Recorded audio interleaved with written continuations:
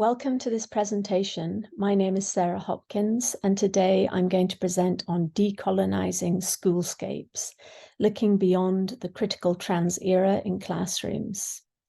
And to get us into the mood of fall, here are some maple leaves as well. So to start, I'm going to give you an overview of what you can expect from this presentation. I'll start by looking at the decolonizing lens. I'll then explain what English in multilingual educational settings is, especially in universities. I'll then look at the UAE context and the linguistic ecology. And I'll especially focus on linguistic hybridity in the UAE. And I'll then present some findings from an ethnographic study of a UAE schoolscape. I'll present the implications and also give some recommendations. So decolonizing or decolonization is quite a popular theme these days in many presentations and in lots of research. And it's been covered across multiple domains, as you can see here, by all of these book covers. It has been related to ethnography, to wellness, to education, to methodologies, maps, trauma work, museums, journalism, childhoods, the body, design, and politics. There are so many different factors or aspects of life which intersect with decolonization. Decolonization is not a static condition or an individual attribute or a lineal point of arrival. Rather, decolonization seeks to make visible, open up, and advance radically distinct perspectives and possibilities of existence, analysis, and thought. So decolonizing aims to decouple aspects of life from the legacy of colonialism. Perhaps a good way to demonstrate the decolonizing lens in relation to EMI contexts or English medium education, especially in university settings, is this quote from the novel Exciting Times, written by Nisha Dolan. So this novel, the main character is called Ava, and she is a teacher teaching English in Hong Kong. And she makes a comment on what she sees around her. And she says, "I'd comment on the learning materials. The illustrations were of white children braving weather conditions that would never occur near the equator. We branded a mistake any usage that might hint a Hong Konger was from Hong Kong." So here in this quote, Ava problematizes the common practice of promoting standardized native speaker norms over local varieties of English. She also questions cultural biases such as teaching materials, which center English as a proxy for whiteness and the global north. These issues are often present in educational contexts across the globe. So we'll move on now to define what is English medium instruction and what is English medium education in multilingual university settings. So EMI settings generally use English for instructional purposes, and English itself is not the subject being taught. Usually language development is not the primary intended outcome, and English is usually the second language for most learners. English medium instruction is on the rise globally, and this is due to globalization, internationalization, and neoliberal ideologies which equate English with social capital, prestige, and success in the job market. EMI policies aim to equip students with English as a lingua academia and to produce neoliberal subjects who will boost university rankings. So often in EMI settings, larger issues are overlooked. And such larger issues could include the need to foster students' translingual identities, culture, and belonging in transnational university spaces. As knowledge concerns embodied, effective social and cultural learning that draws from and transforms environmental and geopolitical spaces, whole university ecosystems, including schoolscapes or educationscapes, are important to consider. So this means going beyond classrooms, but looking at social spaces and learning spaces within the university setting. This could be in terms of linguistic landscapes or semiotic landscapes within the school or educational system. So a more expansive term to use than EMI is English medium education in multilingual university settings. This way, more than the classroom is being included. So to look at the UAE context now, and some of you might be familiar with this, especially if you're based in the Gulf, but the UAE doesn't share the same colonial past as Hong Kong, as we saw from the opening quote. However, the Trucial States, this was the UAE land before 1971, was considered an informal colony, as it was a British protectorate from 1892 to 1971. Multilingualism has mushroomed in the UAE due to waves of migration, oil wealth, and fast-paced development, as well as globalization. And 88.5% of the population are foreign residents from almost 200 countries who collectively speak over 100 languages. English is used as a lingua franca together with Arabic, and higher education in the UAE is dominated by English medium instruction. So there are complexities within the UAE linguistic ecology, and you can see the chart here on the left shows the linguistic ecology. So English is used as a lingua franca, and there's also Arabic, which is the official language, but Arabic is a diglossic language, including Classical Arabic, Modern Standard Arabic, and Khaliji dialects. There are also, as I mentioned previously, over 100 other languages spoken in the UAE. So there is great diversity when it comes to the Arabic language, and this is often affected by varied school backgrounds or schooling backgrounds, whether students were educated in English or in Arabic, or a combination of the two. Translingual practice, or using mainly English, is also very common amongst younger Emiratis, especially if they attended EMI or international or private schools. But attitudes towards linguistic hybridity or excessive use of English vary, and sometimes nicknames are given to younger Emiratis who use a lot of English or combine English with Arabic. One nickname is Prestige Boy, which comes from prestige boy, but because of the Arabic lack of distinction between the b and p sound, it's pronounced prestige boy, which means that using a lot of English is seen as showing off, essentially. And there's also the concept of chicken nuggets, which is from Wafa's work, as you can see here. And this is in the context of Bahrain, but there's also been research in Kuwait on a similar concept, the muck nugget phenomenon. And this is when privately educated students use a lot of English rather than Arabic, which produces mixed attitudes around this language use. There's also the concept of a third space, and this often emerges amongst translingual individuals, whereby notions of belonging are complex and multi-layered. So using Arabic and English as a combined third space. So to look at linguistic hybridity specifically in the UAE, there are 4 types. The first is code switching, which is swapping between 2 or more systems of language.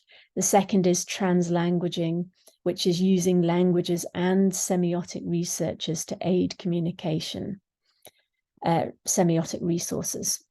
So it could be combining languages within one sentence, and usually the effect is to aid communication or to become familiar or produce a familiar and comfortable sentence for speakers who have knowledge of both languages. There's also white dialects, and this is a middle ground between modern standard Arabic and regional dialects used to facilitate communication. And this is often used between two Arabic speakers to avoid using English as a lingua franca. Arabese is a further form of linguistic hybridity, where Roman letters are used and numbers to represent Arabic sounds that don't have an English equivalent. So, for example, the word wahed, which means one in Arabic, would be spelt with a 7 to represent the aspirated H sound. So Arabese can be seen in art. We see a poster here using the 7-Up logo, which means, when we look at the whole message, it means the most precious father in Arabic, which could be a nice Father's Day gift. There are, to look at the critical trans era, there are different attitudes towards using translingual practice in different settings. So when we look at popular culture or social media or wearable text, so such as slogans on T-shirts, then translingual practice seems to be seen as creative, clever, charming, a very positive image. We can see some T-shirts here: no pain, no gain, good afternoon, haha, so funny, and hello, Habibi, which is the mixing of linguistic resources to create original messages. But if we look at the use of translingual practice in more formal contexts, like EMI higher education, for example, mixing the languages tends to be devalued, frowned upon, and also seen as a guilty practice. And this is due to monolingual ideologies. Why do students and teachers sometimes come to the space with monolingual ideologies? This is to do with symbolism around English and Arabic. So previous research has found that there are distinct worldviews attached to English and Arabic. For example, English tends to represent education, the wider world, the future, a global language, whereas Arabic tends to be associated with the home, with religion, and with friends and family. So the framing of the languages is also influenced by how the languages appear in public spaces. So on signage, for example, we often see 2 separate signs, and the languages are represented as 2 solitudes. There's also quite a big linguistic distance between English and Arabic in print, because they're written from different directions and they use different scripts. And also English-only policies tend to frame translanguaging as taboo. And this reinforces double monolingual ideologies, where both languages are valued, but only if they're used separately. And this can cause a notion of guilty multilingualism, so feelings of guilt around mixing languages in educational spaces. So to present briefly some of the findings from a recent study that I conducted in the UAE at a university in Abu Dhabi, and it also has a campus in Dubai. This study involves male and female students, but today I'm going to be presenting data only from the female side. And you can see pictures of the university here. The students are mainly Emirati, and they have Arabic as their first language and English as their second. And also faculty at the university are from a range of different countries, which is typical in the UAE. So the research questions looked at how are languages and semiotics used in the university schoolscape, so the language in the university, on signage and on language objects. And what are university students' perspectives on their schoolscape with regards to linguistic inclusion, belonging, and identities? So the first step of the study involved a walking ethnography. So here, I, as the researcher, conducted 2 walks, and I took pictures and observed what I saw around me, and also interacted with faculty and staff. The first walk was at 7 a.m. in the morning. I did it at this time to avoid students and faculty to have the university to myself. It was before classes started. And the aim of this walk was to take pictures of everything I saw around me in terms of language and objects. So I took 482 pictures of signage, and this was to document the language in the linguistic landscape. I did a second walk at 12:30 p.m. This was the busiest time at the university. It was the lunch break.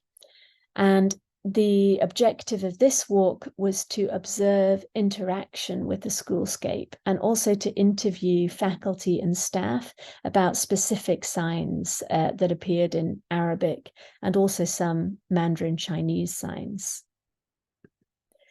The second step of the study was to gain the students' perspectives on the schoolscape. And so here, to do this, I created a Padlet. So you can see the picture of the Padlet here. And I chose representative signs from my large corpus. And the signs I chose to represent included a variety of monolingual, bilingual, multilingual signs in various spaces. And I asked students to comment on the signs. And you can see at the top here, were asked to discuss the language's size, position, symbols, purpose, audience, sign maker, social context, and any other aspect that they felt was important to discuss. And they are anonymous here, so they were completely free to voice their opinions without being identified. So the purpose of this step was to try and gain interpretations of the semiotic and linguistic landscapes as intertextual products. And these are connected to identities and levels of belonging. There were 28 participants. They were third-year students, and they were all taking a language and literacy course in the College of Education. And they were all aged between 19 to 26, and participation was optional and anonymous. We'll look at some of the data now, but you can see that they commented on the signs, and then sometimes I asked follow-up questions to try and get more details.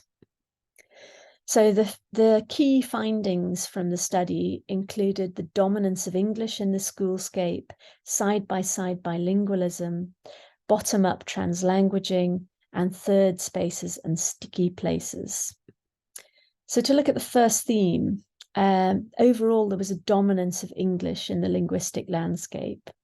So the first picture here, you can see this sign was made by an administrator who had Arabic as her first language, but she chose to write the sign, "I went to pray, I will be back in 10 minutes, only in English. So it represents the dominance of English in the linguistic landscape, even though the students who would be reading the sign, their first language was also Arabic. Also, if we look at top-down signs, so signs made by the university management, you can see the classroom signs are only in English. There is some Braille on this sign, but there's no Arabic. Also, you can see the dominance of English here on this rubbish bin or recycling bin. And this could be because it's imported from an English-speaking country, perhaps. So there's no Arabic included because it's directly imported from overseas. Slightly more unusual and problematic is this student counselling sign. So this is quite a big sign with lots of details on how students can get help from the counselling centre, but it's all in English. So students commented on this, and one student said, I think it's better if it's in both languages, English and Arabic, not only English. A second theme was side-by-side bilingualism. So you saw English and Arabic mostly on signs, but there was an imbalance between the languages. So you can see here in the first sign, this is a sign posted on a washroom door saying students not allowed in English. But in Arabic, it's not a direct translation. So students commented that the Arabic version, it's written that the ID will be taken and that students will be given a warning if they enter without permission. And so students felt that this should be more respectful and that the Arabic version was stricter than the English. This reminds us of Michael Chestnut's concept of multilingual commanding urgency. So here it's said that often signs will be in one language ordinarily, but when signs are produced in two languages, often the second language on the sign is used to command or as used to direct students to do something. So multilingualism here can be used unequally in a way. So that's quite interesting because we saw that throughout the campus. Also, if we look at the second sign, this is interesting because it's a bilingual sign, but the English is so much bigger than the Arabic. Although students saw this and recognized it as a bilingual sign, this first floor sign here, students didn't pick up on this imbalance, but they just said, actually, it's very useful to have such a large first floor sign because in different cultures, sometimes the first floor is on level 1 and sometimes the first floor is the ground floor. So it was useful to have it so large here. The third sign is a side-by-side bilingual sign, but the first sign is in Arabic and English, and it's very generic, but the second sign is all in English, and this one draws on the World War II British sign that we see everywhere now, keep calm and carry on, but they've adapted it here to talk about the library. So some students said that they felt that both posters should be translated, should be bilingual. A third theme in the study was bottom-up translanguaging. So here we can see that students, even though most signs were in Arabic and English, or sometimes just in English, when students got to put their own stamp on the linguistic landscape, they often used more than one language. So you can see a lot of translanguaging on this sign here. This was a big happiness sculpture in the middle of the campus, and students were allowed to write on the sculpture. And so you can see different languages being used here, as well as drawings and flags. So you can see some Chinese, some Portuguese, some Russian, and Arabic and English, and often used in a very fluid way, as well as including drawings. So this could be seen as a way that students are expressing their multilingual or translingual identities in the university space, despite it being an English medium university. A fourth theme was the notion of third spaces and sticky places. So third spaces means a space where students, they make it their own by not only using Arabic, not only using English, but using a combination. And also sticky places is a concept from Ahmed and later used by Badwan and Hall to mean a space that students find very familiar because of repetition. So sometimes it can represent a cozy space that students have created that's strongly linked to their identity. And we have some signs here that represent these third spaces and sticky places. One is this shop here, which is called Dukan, which means traditional grocery store in Arabic. And most of the cafes in the university are imported from America or from other English-speaking countries. For example, there's a Starbucks, and then there's a Deb's Cafe, and then they're translated into Arabic. So the first sign is in English and the second is Arabic. But in this case, it's the other way around. And if we look at the menu here, there are a lot of items which are traditional to the region, such as karak, and also some unique combinations, which is interesting: chips, Oman, Laban, and Cheetos yogurt, which you wouldn't find outside the Gulf, perhaps. So we also see, in terms of language, this combination of, on the coffee cup here or the karak cup here, we see English words, we see Arabic words, and we also see traditional symbols such as the henna'd hand. We also see students stamping their own cultural identities in the English medium university in terms of handmade signs. So this one is a traditional sign about a death of someone in the neighborhood. And traditionally this would appear in neighborhoods. So citizens would make a handmade sign announcing the death of someone in the neighborhood, but this has been carried on and it's represented in the university space. So what are the implications and the recommendations from this study? So through a decolonizing approach, linguistic hybridity needs to be embraced and recognized as a social fact, rather than being associated with the emotion of guilt in educational domains. We have to move beyond the critical trans era in classrooms, and we have to value translanguaging and third spaces. They can be promoted in English medium schoolscapes for increased belonging, and also to counter double monolingual ideologies and to decolonize multilingualism. Although the aim of third spaces is to produce arenas where cultural and social differences can be negotiated and complex identities created, it's also recognized that no space is truly outside the powers that structure discourse. But on a practical level, having students take part in critical linguistic landscaping projects can help create a forum for change, with the aim of bridging the gap between English-only expectations and translingual identities.